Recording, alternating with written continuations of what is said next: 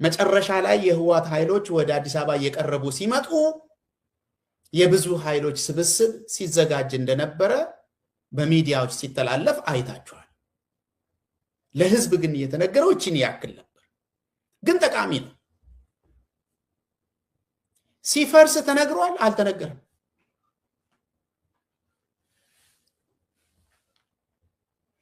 ስለዚህ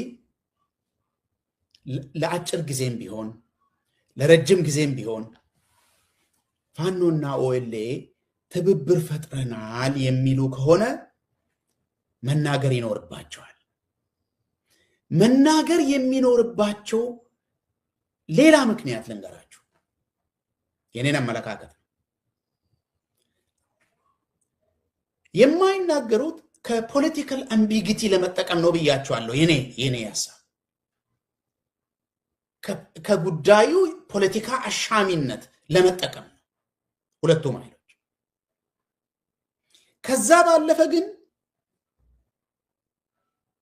እቺ ከመናገር የመሸሽ ነገር እና ሌሎቹም ለመናገር ድፍረት የማጣት ነገር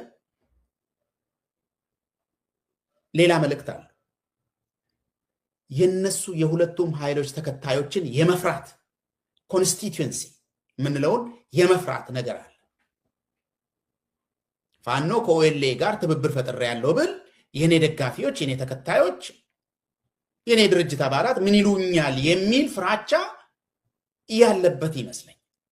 በኦኤልኤ በኩልም እንደዚህ አባላት፣ ደጋፊዎች ሲያልፍም የኦሮሞ ህዝብ ምን ይል ይሆን የሚል ይሄ ከመጠን ያለፈ ነው ባይነኝ ነኝ።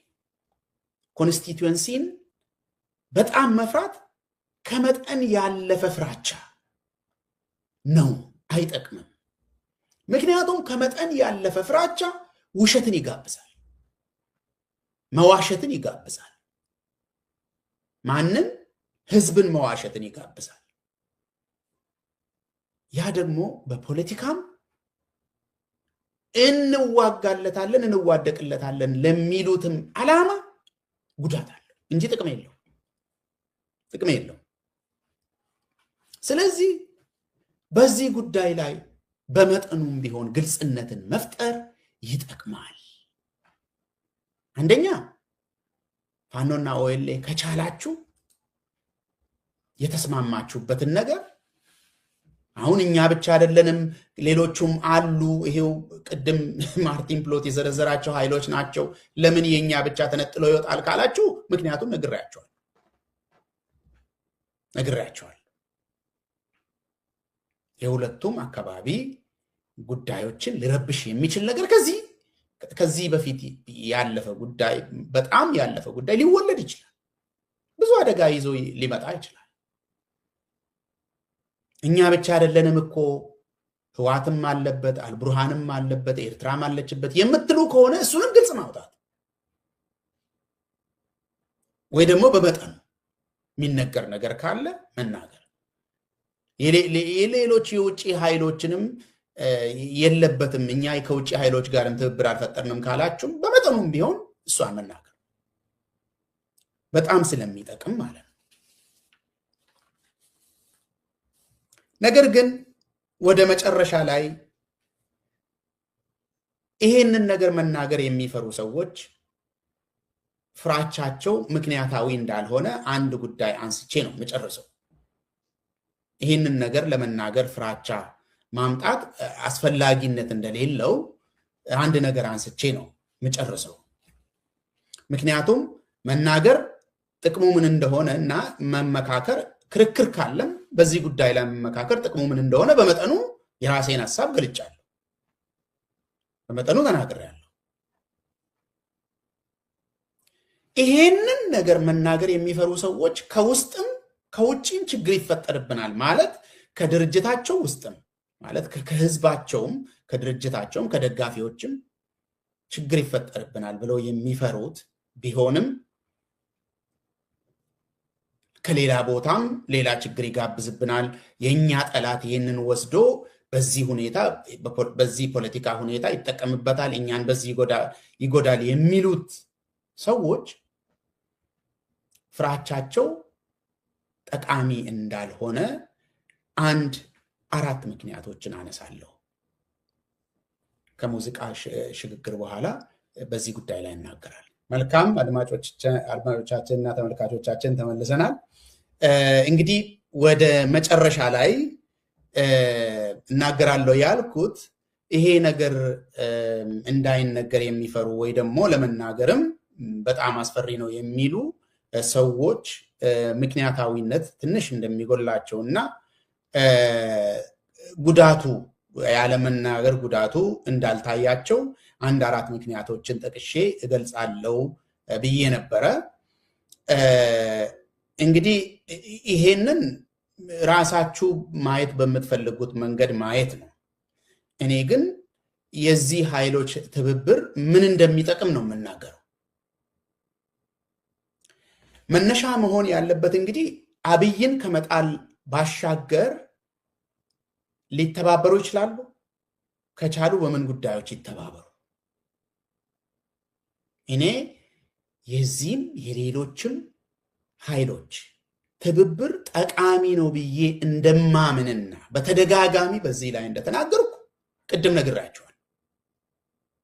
እየጠየቅኩ ያለሁትም በእውነትና በትክክለኛ መሰረት ላይ የቆመ ፖለቲካዊ ትብብር፣ ወታደራዊም ትብብር ቢሆን እንዲፈጠር በድብብቆሽ ሳይሆን ህዝብ የሚመካከርበት የህዝብ ድርሻ የሚኖርበት ሁኔታ ማለት ነው።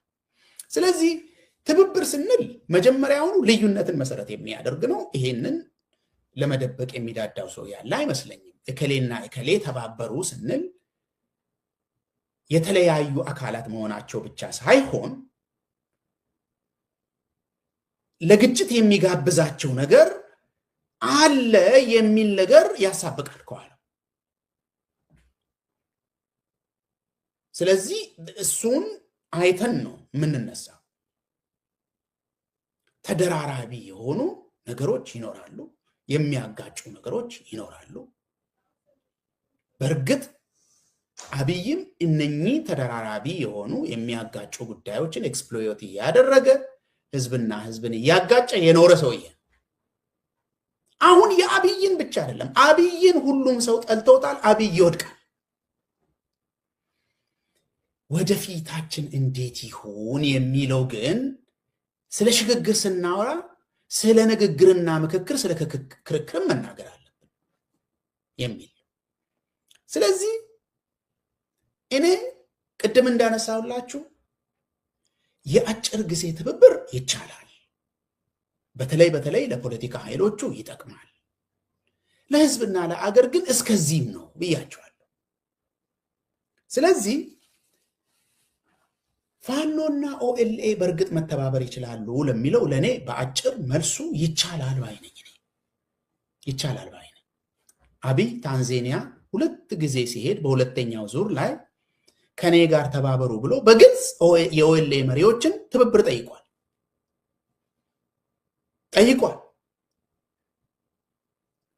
ኑ ሄደን ፋኖን እንዋጋ፣ ጠላታችን እሱ ነው ብሎ ግብዣ አቅርቧል። ፋኖን ደግሞ ግብዣ ማቅረብ ብቻ ሳይሆን አብሮ ዘመቻ ሄዷል። በተደጋጋሚ እንደተናገረው ራሱ ወደ ሶማሌ ክልልም ከፈለግን እንልካለን እስከሚል ነው የደረሰው። ይህንን ታስታውሳላችሁ። ስለዚህ አብይ ሁለቱን እየቀያየረ ሲተባበር፣ እነኚህ ኃይሎች ሲተባበሩ ኃጢአት አድርጎ ማየቱ ቅድሙኑ ፖለቲካን በሃይማኖት መልክ የመቅረጽ አባዜ ነው። የፖለቲካ ጉድኝት ቋሚ እንደሆነና የማይንቀሳቀስ እንደሆነ የማሰብ ነገር ነው። ይሄ በሃይማኖት የተቃኘ እግዚአብሔር የሚፈልገውና የማይፈልገው ብሎ ብዙ ሰው እንደሚናገረው ትክክል አይደለም፣ ስህተት ነው። ይኸው በ4 ዓመት ውስጥ የተባበሩት ኃይሎች ተበትነው የማይተባበሩት ኃይሎች ተሰባስበዋል ተብሎ እየተነገረ ነው። ይሄ ትልቅ የሆነ ለውጥ ፖለቲካ ማለት እንደዚህ ነው። ሁሉ ጊዜ እንደዚህ እየተለዋወጠ ነው የሚሄደው። በዚህ በሚለዋወጥ ነገር ውስጥ ግን እየተፈጠረ ያለው አደጋ፣ እየተጎተተ ወደ ቤታችን የመጣው አደጋ ምን አይነት አደጋ እንደሆነ ሁላችንም እያየ ነው። ስለዚህ እንደዚህ አይነት ነገሮችን ወደፊት ለመቀነስ እየቀነስን ለመሄድ ስራ የምንሰራው የምንነጋገረው የምንከራከረው ዛሬ ነው፣ ነገ አይደለም። እቺን ፕላትፎርም ስንከፍት መጀመሪያ ላይ እንደነገርናችሁ እዚህ ላይ የማይነገር የህዝብና የአገር ጉዳይ አይኖርም ብለናል። የጊዜያዊ በየቀኑ በየሳምንቱ ቅድም መጀመሪያ ላይ እንዳነሳውላችሁ በዚህ ሳምንት ያሉ ርዕሰ ወሬዎች እነኚህ ናቸው እንዳልኳችሁ። እነዛን ነገሮች ብቻ አይደለም የምንመለከተው። ወሳኝ የሆኑ ፖለቲካዊ ጉዳዮችን እያነሳን እናወራለን፣ እንመካከራለን፣ እንተነትናለን፣ ሀሳብ እንሰጥበታለን። አንዱ ይሄ ፕላትፎርም ያስፈለገበት ዋና